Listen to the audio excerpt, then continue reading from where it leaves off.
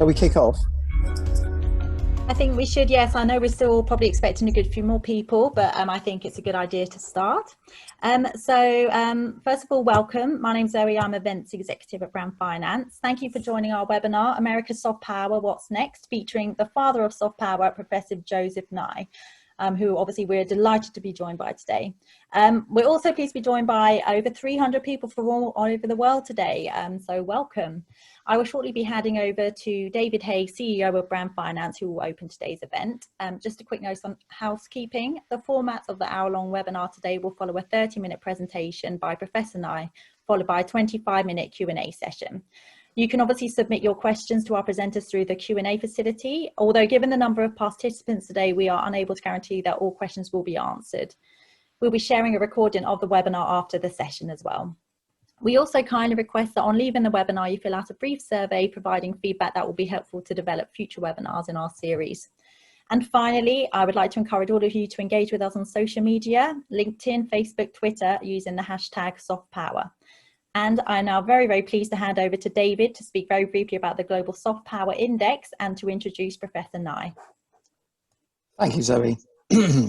Well, this is David Haig, and welcome to all of our guests. Brand Finance has been conducting an annual nation brand study of the top 100 brands in the world, looking at how valuable and strong they are for the last 15 years, which has provided benchmarks to diplomats, tourist boards, trade agencies, national brand consultants and managers. Back when we started, it really wasn't an industry, but it now does seem to be so. Last year, we decided to complement our nation brand study with a more comprehensive study based on original research on the perceptions of soft power. And we did the research on 60 subject countries in about 85 countries where we asked the questions, and we had a sample of about 55,000. So a large study from which we produced the Global Soft Power Index. The idea is to understand perceptions of a nation's presence, reputation, and impact on the world stage, which are key for nation brands and corporate brands alike to achieve success internationally, allowing to identify strengths and weaknesses and improve growth strategies, both at a corporate and at a governmental level. Obviously, the stronger a nation's soft power, the greater its ability to attract investment and market its products and services. Following the successful publication of the inaugural index in February 2020, Brand Finance is commencing the second wave, which we are going to be doing in September and October this year. We'll be publishing it early in the new year, probably in mid-February to match last year. And this time there'll be 75,000 in the sample and more countries. So our approach to the index is a collaborative one. We've already had some interesting feedback from Professor Nye, and we're going to be thinking about that. We'd be very interested to have any feedback you have got out there. And we invite you to take part in the next wave of research if you are inclined, but also get in touch with our team to learn more about the nation brand soft power results, discuss how your brand can leverage geographic branding, make suggestions regarding additional questions and market coverage of the next fieldwork, or inquire about using the data which we're making freely available to academic and media users. So I'll just move on to the main purpose of today, which is to introduce Professor Nye. I'm sure anybody who's clocked into this is familiar with who he is, so it's a bit of a cliche for me to say you're the father of soft power, Joseph, but it certainly is a very impressive, long-standing interest in the subject. And I think it's fair to say that you're regarded as the originator and proponent of the soft power theory. Joe is a University Distinguished Service Professor Emeritus and former Dean of the Harvard School of Government. He received a bachelor's degree summa cum laude from Princeton, won a Rhodes Scholarship to Oxford, and got a PhD from Harvard. He has served as Assistant Secretary of Defense for International Security Affairs, Chairman of the National Intelligence Council, and Deputy Undersecretary of State for Security Assistance, Science and Technology. He's a Fellow of the American Academy of Arts and Sciences, the British Academy, and the American Academy of Diplomacy. In the recent survey of international relations scholars, he was ranked as the most influential scholar on American foreign policy, and in 2011, Foreign Policy magazine made him one of its top 100 global thinkers. He has published a wide variety of books, and recently they include The Power to Lead, The Future of Power, Presidential Leadership and the Creation of the American Era, and not so long ago, Is the American Century Over? And he's just published his new book, Do Morals Matter? Presidents and Foreign Policy from FDR to Trump. The book outlines the moral approach and record with a scorecard of each US president from Franklin D. Roosevelt onwards. So I don't think we could have got ourselves a better speaker to talk about the subject at hand today, which is the future of American soft power in the current era. So with that, I'll hand to Professor Nye. I look forward to hearing what he has to say, and we'll do the Q&A at the end. Well, thank you very much, David. I find it's a pleasure to have a chance to join Brand Finance and basically also to celebrate your global soft power index. But you asked me to think today about America's soft power, and so I will focus just on that. Let me start, however, by defining the term soft power. Most people think it's anything other than military power. That's too simple. Soft power, well, let's start with power. Power is the ability to affect others to get what you want. And there are three ways you can do that. You can do it with coercion, you can do it with payment, or you can do it with attraction. And I've defined soft power as the ability to affect others to get what you want through attraction rather than coercion and payment. And why it's important is that it creates an enabling environment, whether it's for a country or a company or an individual. And in that sense, soft power has been with us as long as human beings have interacted with each other. I coined the term in 1990 because I thought that it was being neglected. Everybody was focusing too much on military and economic power or coercion and payment. So I was interested in trying to get people to focus on this other dimension of power. It's not the only aspect of power, quite obviously. And in most circumstances, countries and companies and individuals all have to combine hard and soft power. But all too often, the soft power element is neglected. So this is why I'm so delighted by Brand Finance's work on creating the Global Soft Power Index. Now, you asked me to ask the question of what will be the impact of the American election on American soft power.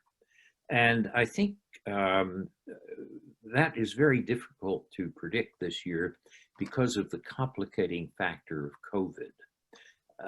And in some sense, the election has already been influenced by the COVID-19 experience. Usually an incumbent president is reelected if he has a strong economy. And so in those circumstances in January, many people thought that Trump would be reelected.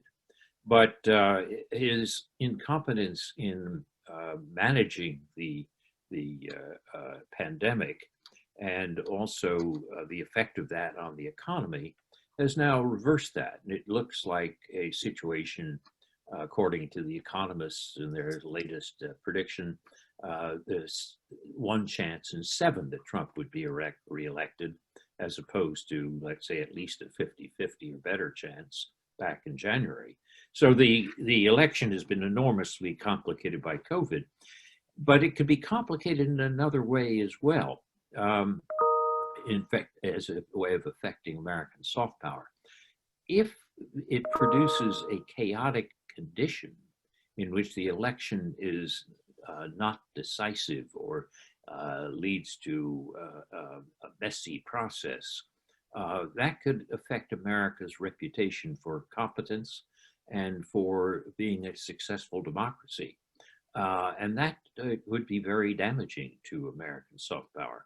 One of the things that COVID is producing is a greater share of the vote which will be done by mail-in ballots rather than voting in person, people using mail rather than voting in person to escape the danger of contracting the virus in a line. But the problem with that is with two problems. One is it takes a lot longer to count these ballots. So we may not know the results on the evening of November 3rd. And the second thing is that the president has been trying to cast aspersions on mail-in ballots. Most experts say that these aspersions are not accurate.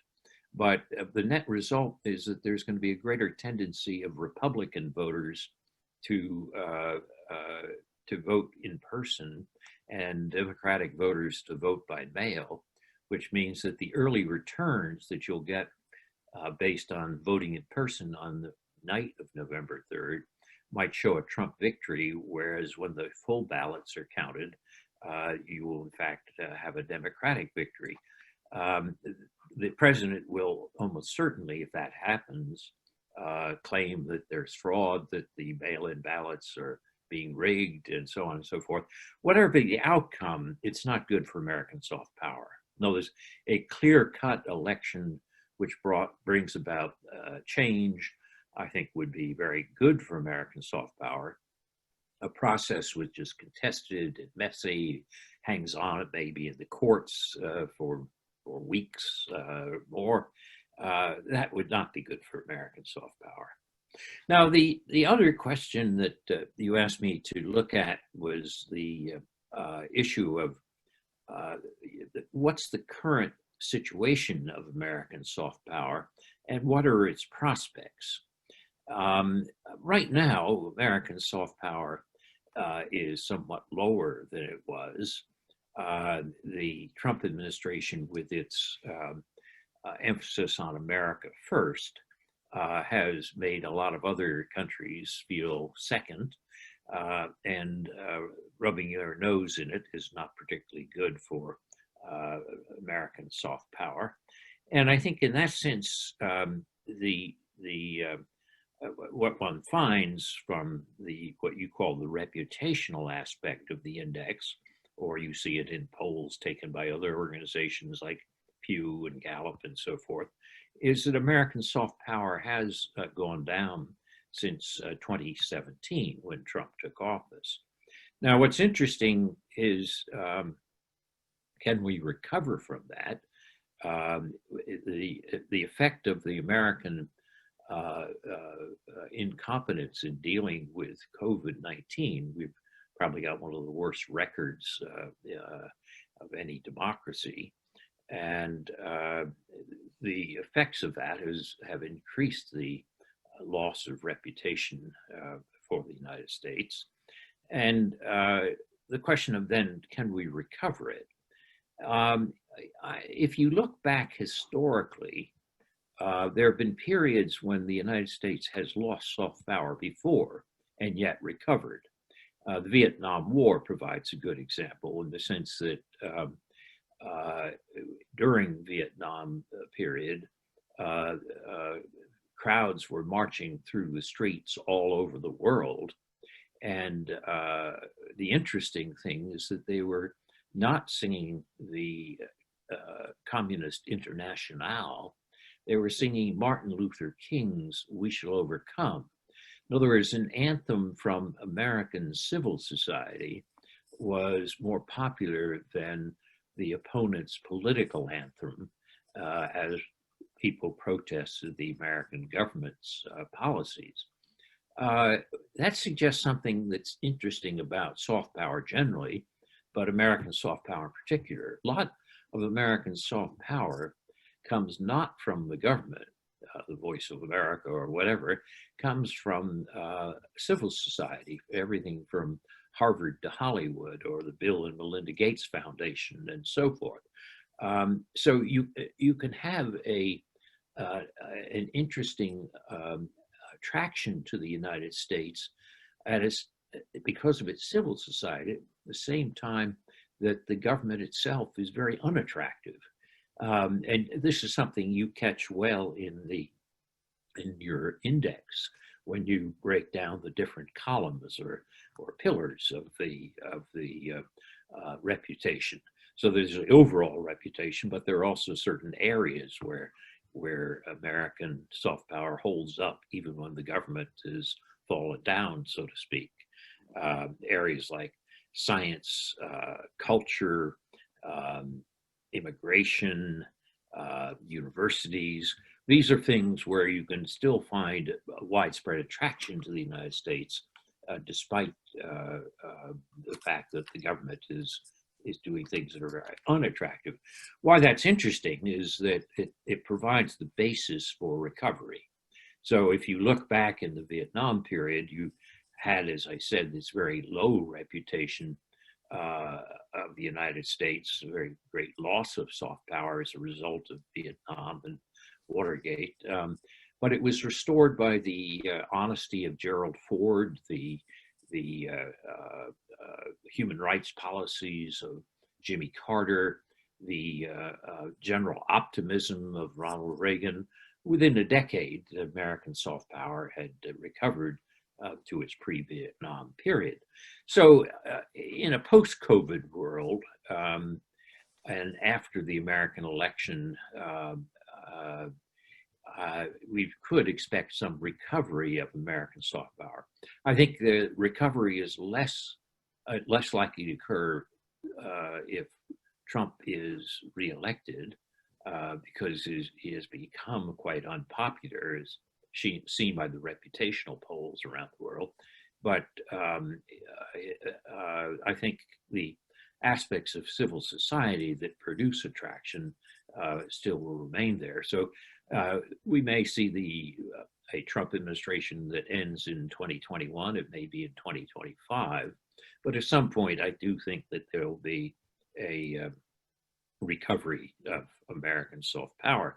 And I'd contrast that with China, where soft power is very heavily government oriented. The Chinese Communist Party insists on tight party control on civil society, so that when China has let's say a genius like Ai Weiwei, he's expelled from the country or jailed. And so in that sense, China doesn't allow its full civil society to bloom. America does, for better and for worse. And that, I think, enhances the prospects for American recovery. Now, the next point you asked me to address was the role of the leader in enhancing a nation's soft power. And I think it's quite clear that leadership does matter. I just argued that basically the overall performance, including civil society, matters more. But at the peak of this iceberg, at the tip of this iceberg, the nature of change in leadership does have a strong effect on the overall reputational ratings of a country. In that sense, you can see this with the 20th century, in this just the last 21st century, you can see it. American soft power went down after George W. Bush invaded Iraq. It then went back up again after Americans elected their first African-American president with Obama. Then it goes down again with the election of Trump, with his America First narrowly defined. And in that sense, the obvious thing is that leaders do matter. It's intriguing to compare Trump with, let's say, somebody like Angela Merkel. It means that it doesn't have to be charismatic leadership. I don't think anybody would call Merkel charismatically a leader. But, and Trump has a charisma, basically, whether you like it or don't like it. His followers are very strongly attracted to it. But in terms of international reputation or soft power, Merkel does a lot better than Trump. Now, you can say that Trump's ratings are affected by his tendency to be loose with the truth. The Washington Post had a account in which they try to total up the fact-checking the numbers of times that Trump had lied. They came up with something like 20,000 lies in almost 4 years of office, which is really quite extraordinary. And that debases the currency, so to speak. all presidents, all leaders lie at some point or another, but that extent means you debase trust and credibility. And so that may put Trump in a particularly low rating. But I still think it is interesting to compare a charismatic leader who is not successful with a what you might call a pragmatic leader who is successful, and see that the latter does better in the overall ratings of soft power. Now, you also asked me to look at the question of prediction of how will the U.S. rank in next year's global soft power index. And there it's a little bit hard to know, obviously, because we do have a lot of questions about the COVID and the outcome of the American election. If Trump is defeated, I think American soft power would probably go up somewhat on the reputational scale. If, on the other hand, you have a chaotic electoral process or Trump is returned, I suspect you will see Americans go down somewhat on the reputational scale. And also, I think you'll see that on other areas, though, there's a surprising degree of stability. Some of the things that you call the other pillars in the index, I think are science and culture and universities and so forth. I think those will remain relatively unchanged by the election, and so I expect in next year's index, you'll have again a mixed bag, and how the tip of the iceberg changes will depend on the outcome of this election along the lines that I described. But let me, in closing, add one more possibility, because it indicates how a government and a leader can make a difference on soft power. Imagine that Biden is elected president, and imagine that instead of thinking of American interests in narrow transactional terms, as Trump does, that Biden were to take an example based on the Marshall Plan, which I describe in my book, Do Morals Matter, in which the Americans, in this case Harry Truman, gave away about 2% of our gross domestic product to Europe. We gave it away, or gave it to the Europeans, out of self-interest, but it was also in the Europeans' interest simultaneously. Imagine that using that model, that Biden were to say, we're going to reserve 20% of vaccines developed in the United States for poor countries with inadequate health systems, particularly for first responders or health professionals in those countries. So rather than America first meaning 100% vaccination in the US, we're going to devote some portion, let's call it 20%, to help other countries. And you say, well, how could you ever persuade the American people of that? And you could, I think, go along the lines of saying, not only is it a humanitarian gesture, but in addition, if you think about vaccines, they don't understand borders. They're interested in killing humans. They don't care what the nationality is. And if we allow a great reservoir of unvaccinated people and viruses to build up in the southern half of the planet, and then to expect that they can isolate them from the northern half of the planet, we're kidding ourselves. So in that sense, you can imagine something like a Marshall Plan for vaccine as a way to act in our self-interest as well as a humanitarian interest. Now, why does this have to do with soft power?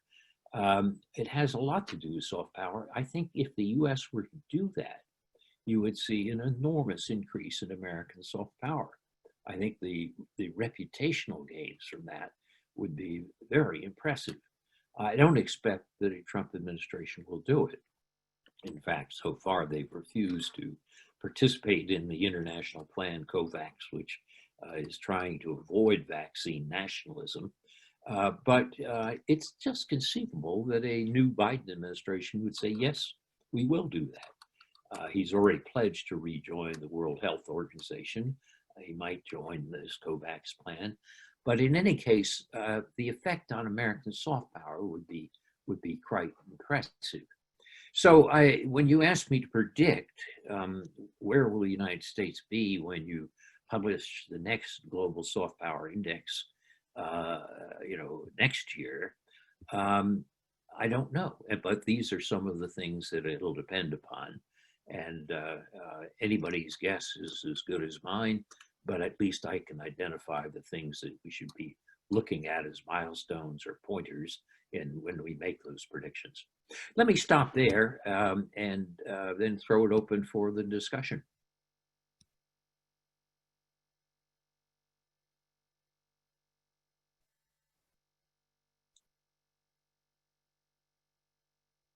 It's muted. Sorry, David, I think you're on mute. It's okay. Mute. Yeah, there. Okay, I'm unmuted. Good.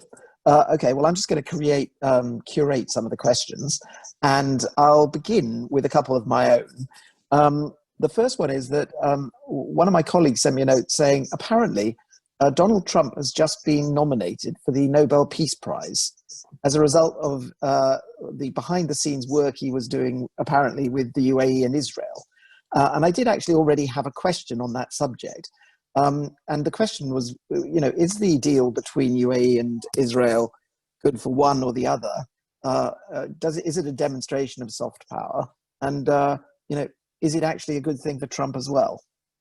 Well, I personally think that the UAE Israel deal is a good thing if it moves the process forward, and if it stops the idea of settlements in the West Bank and leads the parties to start bargaining seriously about a two-state solution, then I think it is a good deal. But there's much we don't understand about how it will work out yet. So it's a little bit early to award a Nobel Peace Prize for it. But I also think that I think Trump has been trying to get himself nominated for a Nobel Peace Prize for 4 years. And he tried it with his Korean escapades, where Kim Jong-un ran circles around him. And I suspect have the same results, which is, I doubt that the Norwegian committee, which makes these decisions, will fall for it. Well, I must say, it sounded like a practical joke. But the second question actually was in relation to Trump and other countries around the world and their use of soft power and their soft power standing. He has been particularly combative and aggressive at a variety of different levels. And is the stance that he has taken towards countries like Russia, Korea, Iran, China, actually prompting them to use less soft power and just go, well, fine, we'll use our hard power? I mean, is this a problem created by him that would go away if we had a different policy environment? Well, it's conceivable that if you had a Biden presidency and in which he turned more to diplomacy and to the use of multilateral institutions, that some of those other countries would see opportunities to adapt or change their policies. On the other hand, I can't think that actually somebody like Kim Jong-un is going to give up his nuclear weapons because of any soft power initiatives. I've often said that soft power can make a big difference. It certainly contributed to the fall of the Berlin Wall. But on the other hand, I don't think soft power is going to do much to lead to the denuclearization of North Korea. So one of the questions that's come through is the use of soft power by small countries that obviously don't have the benefit of economic power or military power. Do you think that the ability to use it and have it as a targeted government policy is working? Could you say there are countries where it's working, and should others emulate that? Yes, I think so. I mean, there are some countries, relatively small, which have essentially punched above their weight, as the British expression goes, by using more soft power. One of them is Norway, which is about 5 million people or so, which has is not a member of the European Union. And not many people speak Norwegian, so it doesn't have those assets. But it has done a number of things. It has run its domestic society in a way that attracts many. The role of women in Norway, in terms of proportions of the legislature, the welfare system in Norway, the fact that Norway has dedicated 1% of its gross national product for international aid, and that also Norway has taken a position as a leader on negotiation on various peace processes. I think all of these have enhanced Norway, its standing diplomatically and internationally, if you want, improved its brand, and it's a small country. Another example from the other side of the world is Singapore, also about 5 million people. Singapore has taken a lead in terms of playing a major role in ASEAN, the Association of Southeast Asian Nations. It's also used its university system to approach and benefit other countries in the Southeast Asian area. So Singapore's diplomatic initiatives and its educational initiatives and so forth have enhanced its soft power, and it again, I think, punches above its weight. So yeah, soft power is not it. You can't turn Norway into a Soviet Union or Singapore into a United States just through soft power, but you can say that they're going to punch above their weight by using soft power. So, do you think that if you look at the three elements of power, hard power, economic power, and soft power, there's obviously a balance between them at different times. Do you think the balance is moving away from soft power, or do you think because we've had the shocks recently, it'll move towards soft power to try and resolve some of the challenges that we're looking at? Well, I think it depends on the time horizon you use. I think in the very short run, the more assertive and aggressive behavior by states like China and Russia, and the more narrow transactional approaches that Trump has taken with his America First, mean that things are turning somewhat away from soft power. In fact, Trump's budget director, former budget director, Mick Mulvaney, said he wanted a hard power budget, not a soft power budget. He wanted to cut money for aid and other things that were related to soft power. So short run trend, I think, away. But in a long run trend of talking now about decades, I think soft power is going to become more important, or has already become somewhat more important. In an information age, I think this is John R. Killa at Rand who developed this phrase. It's not always whose army wins, it's also whose story wins. And in that sense, over a long term, in an information age, soft power, I think, is another way of saying whose story wins. Because one of the features of international relations is that supranational bodies like the UN and the World Health Organization and so on have been reduced from what they were post-war. Do you think that is that an irreversible trend? Well, I think we are going to see a need for more multilateralism because of what I call ecological globalization. Everybody says, well, COVID is the end of globalization. We're all going to decouple and so forth. I think that's greatly exaggerated. There will be some deglobalization because of security concerns in the economic front, but I don't see all supply chains being fully disrupted by this episode. On the other hand, there's another aspect of globalization which obeys not the laws of politics, but the laws of biology and physics. And the pandemic that we're going through is a good example. Climate change is another good example. There's no way that any country, any one country, can solve those problems acting alone. And so we're going to have to find ways in which we think of how do we work with others on those issues at the same time that we may disagree with them strongly on still further issues. And in that sense, we're going to have to distinguish what I call in my new book, power with others from power over others. And we're going to have to learn that you can do both at the same time. The US can dispute with China over freedom of navigation in the South China Sea at the same time that it works with China on issues like pandemics or climate change. So I think in that sense, we are going to see change in which multilateral institutions and cooperative procedures are going to remain and probably grow in importance, because that's the nature of the ecological interdependence that's growing. I suppose we in the UK are not in a great position to talk about multilateral cooperation, given what we've just done. But one of the things that I was going to ask you about was that the democratic peace theory that you promoted and have promoted, which assumes that the stronger democracies are, the more peaceful and happy the world will be, I suppose. There seems to be a lot of democratic challenges, and we had a lot of problems here in the UK. America's had problems.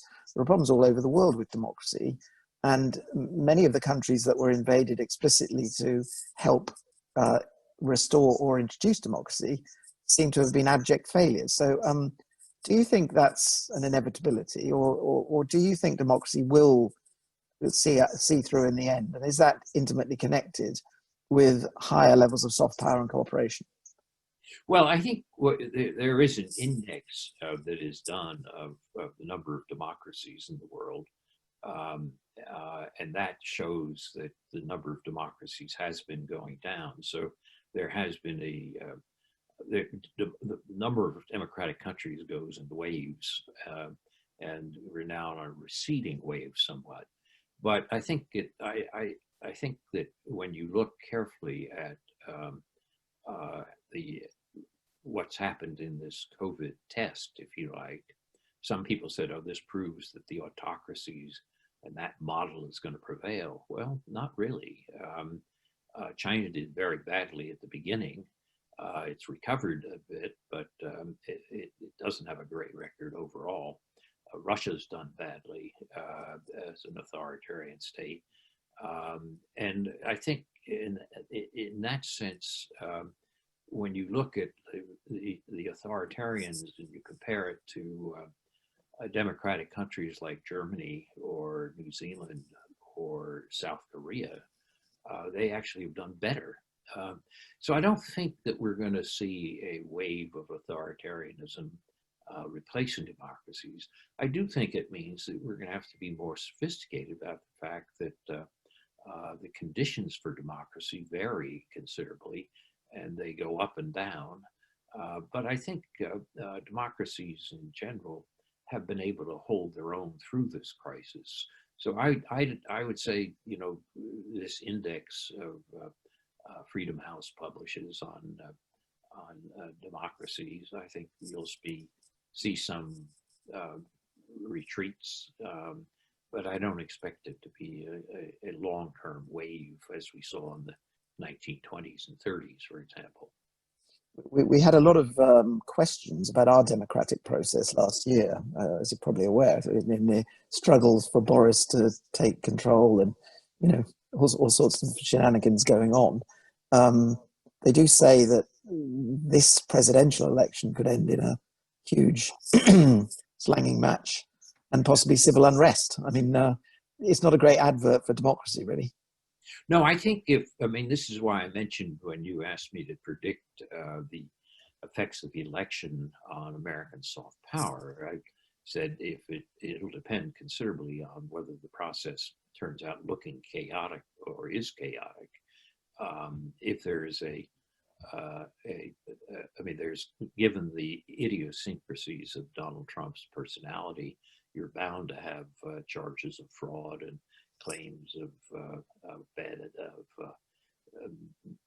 misbehavior, and so there'll be a certain amount of that.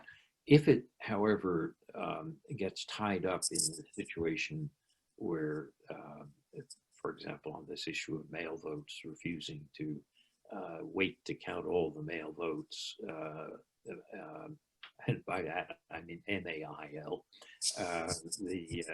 This is after all the century anniversary of female suffrage. But I think if you do see that kind of messiness, it would certainly be damaging to democratic reputation and soft power.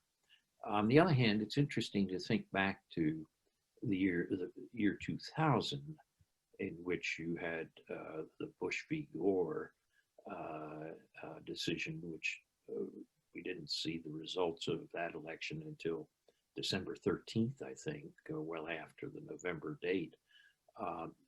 But that basically didn't lead to an ensuing constitutional crisis, partly because of the role of the courts, partly because Gore relatively graciously conceded, even though it was a tough and tight call. I think it's less likely that Trump would be gracious in a concession. So it may turn out here this time. So in amongst the questions, we've had quite a lot of questions coming through. Many of them are actually relating to the role of media in promulgating soft power or constraining soft power. And one of the questions came through about the role of TikTok. We've also had the role of newspaper groups in the UK and America in controlling the message. And then, of course, we've had challenges to free press in a lot of places. Do you think, I mean, what do you think the role of the media is? Is it becoming more constrained at promoting sensible messages that allow soft power? Well, it's interesting. I mean, the traditional media has been quite responsible in trying to cover stories such as the problems with the post office or problems looking ahead to potential issues of mail ballots. So there have been a lot of stories in the quality press, basically alerting people to these issues, and that's important. Social media is different, and the fact that I read somewhere that more than half of Americans get their news from Facebook, and the question of how Facebook and Twitter and YouTube will behave on this is now very much being not only debated, but inside the companies as well as outside. The companies have taken certain stances. Twitter has put notices on some of the misleading statements that Donald Trump has made. Facebook has said they're not going to censor a president, but there is the question of what do you do about deliberate misinformation and disinformation, and how far social media will go to control that. So it's very much an issue of debate right now in the US. There are two other aspects of soft power that I'm interested in, and quite a few questions have come through about. And one of them is education, and the other one is sport. So let's turn to education first. Back in the day, Europe was the center of education, and I think it's probably fair to say America has become the center of education. If we now look at somewhere like China and the number of students they're sending abroad and the growth of their universities and so on, do you see a time in the future where there will be Chinese Harvards and educational dominance could well be coming from that direction? Well, certainly Chinese universities have been improving. It's interesting, the Shanghai Jiao Tong University does an annual survey of world universities. And I was interested in looking at their latest one. Of the 25 top universities in the world, something like about 20 of the 25 were in the United States. Other top universities like Oxford, Cambridge, and London were British. But none of the top 25 were Chinese. I think the highest in their ranking was Tsinghua University, which is somewhere in the 40s. But you would expect Chinese universities to continue to improve. The big question, I think, will be how much the lack of freedom of speech and intellectual freedom will allow them to catch up in two ways. One is, can you carry out the research and debates on campus in China? Second is, when you send these brilliant young Chinese to study in Britain or elsewhere, are they going to go home? And some of them do, and some of them don't. So I think you will see an increase in the role of Chinese universities. How fast it will be, I think, will depend to some extent on whether Xi Jinping insists on this current policy of increased tight party control on everything. Right now, it looks like he will insist on increased party control. I think that's not good for universities. So on the subject of sport, then, it seems to loom very large in soft power, and Britain has done very well out of the Premier League, for example, which everyone apparently all over the world, including China, watches. But they're very rapidly developing their own league. And in lots of other sports, it seems to be an instrument of soft power. What's your view about sport? I mean, do you think sports is a very important source of soft power? People are attracted to countries that or groups or cities that are doing well in sports. And because sports has such wide popular appeal, it's a little bit like Hollywood movies. I mean, in the sense that you have, you could say, well, Oxford University is a great source of British soft power. Yeah, but very small subset of people in the world who are thinking of Oxford University. But when it comes to the Premier League, it's a huge part of the world. So I think sports does have a disproportionately large role to play in generating soft power. Sadly, we invented it, but we're not that good at it anymore. Like a lot of things. I've had a lot of questions about specific geographic places and your view of how well or badly they're doing. And let me start by asking a question about the Middle East. How do you feel the various countries in the Gulf are shaping up where it comes to soft power? Well, I think the UAE has been making significant efforts to increase its soft power, and with mixed results. The intervention in Yemen, I think, hurt them in terms of attractiveness in, let's say, Western country on humanitarian grounds. But on the other hand, if you look at the recent diplomacy and if you look at the efforts to open up to a civil society in Dubai and Abu Dhabi, I think you're seeing some increases in soft power there. Whether that will, I mean, people used to say that this was the role of Lebanon, which was what you might call traditional pluralism and a relative free and open, attractive society. But alas, Lebanon has fallen on difficult times. Now, in terms of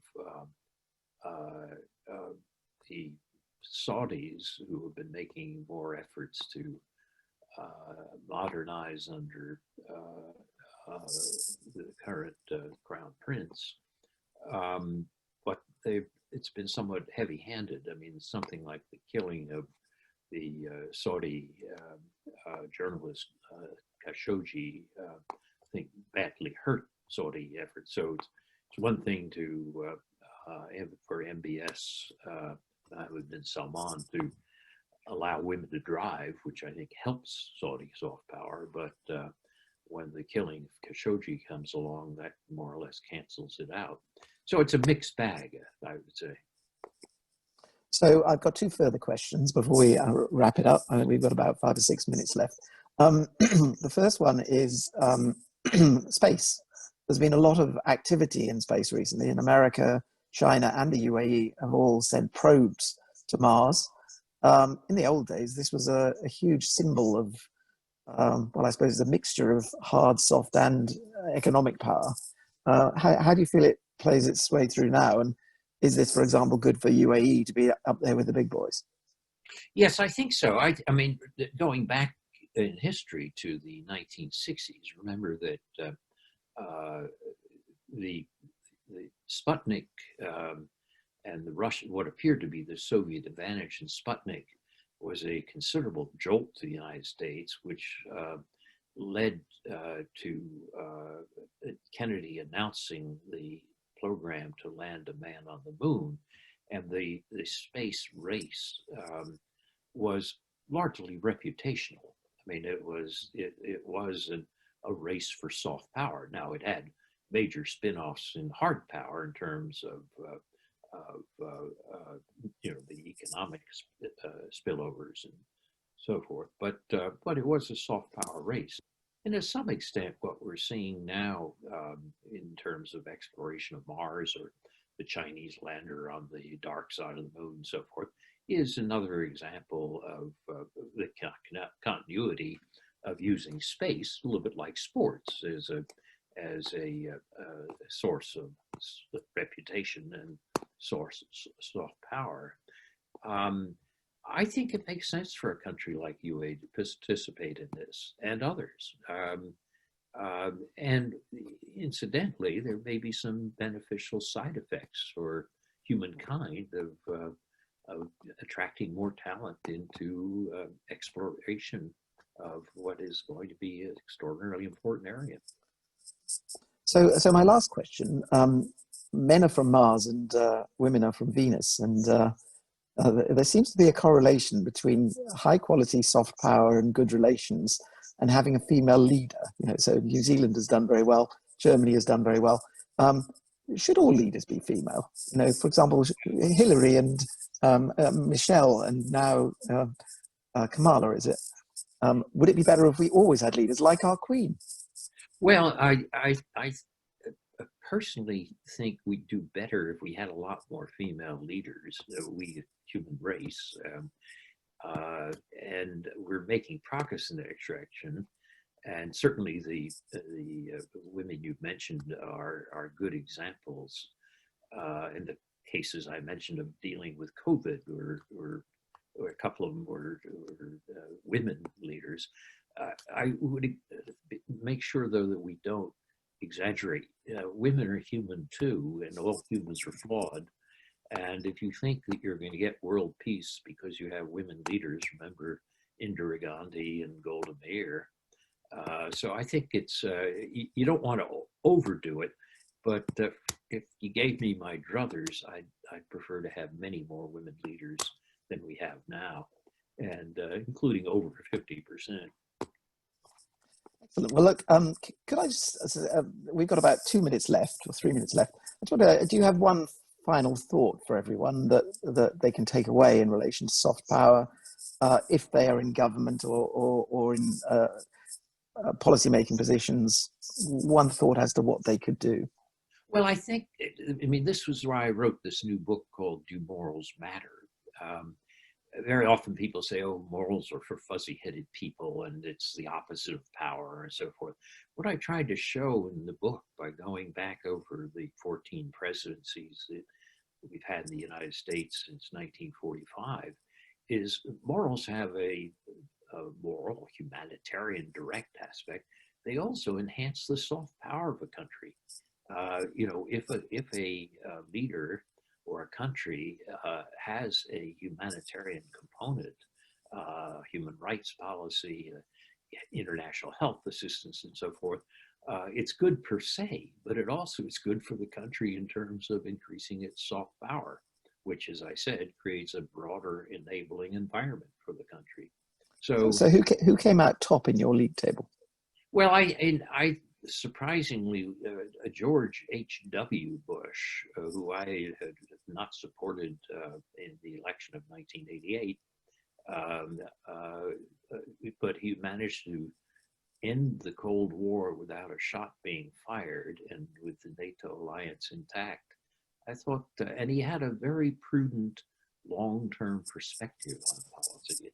He once said about when the Berlin Wall went down, he said, "I'm not going to dance on the wall because I don't want to embarrass Gorbachev when I'm going to have to negotiate with him." That's real leadership. Yes, a quiet leader, but he achieved a lot. Yes, very prudent. Right, well, we're right on the hour. I'll say thank you very much for your time. It was excellent. I hope that when we get round to launching our next lot of research, you'll be able to join us again then, either virtually or hopefully in person in London, because we hope to launch our research at the Queen Elizabeth II Centre opposite Houses of Parliament, as we did this year, where this year we had 700 people. It was a very lively event.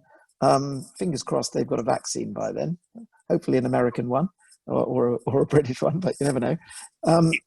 So I hope you'll be able to join us, and thank you very much for your time. Zoe, do I need to hand to you for any housekeeping matters? Yes, please. Thank you very much, David. Yeah, we just reached 4 o'clock, as David said, a very full session today. Very interesting. We had so many questions come through, so terribly sorry we weren't able to get around to answering yours. So first of all, thank you to our speaker, Professor Joseph Nye, for joining us today, and for David Haig. Very insightful presentations and a very, very interesting discussion. So thank you both very, very much. Thank you to all our participants as well. I'd like to encourage all of you to complete the survey that will pop up at the end of this presentation.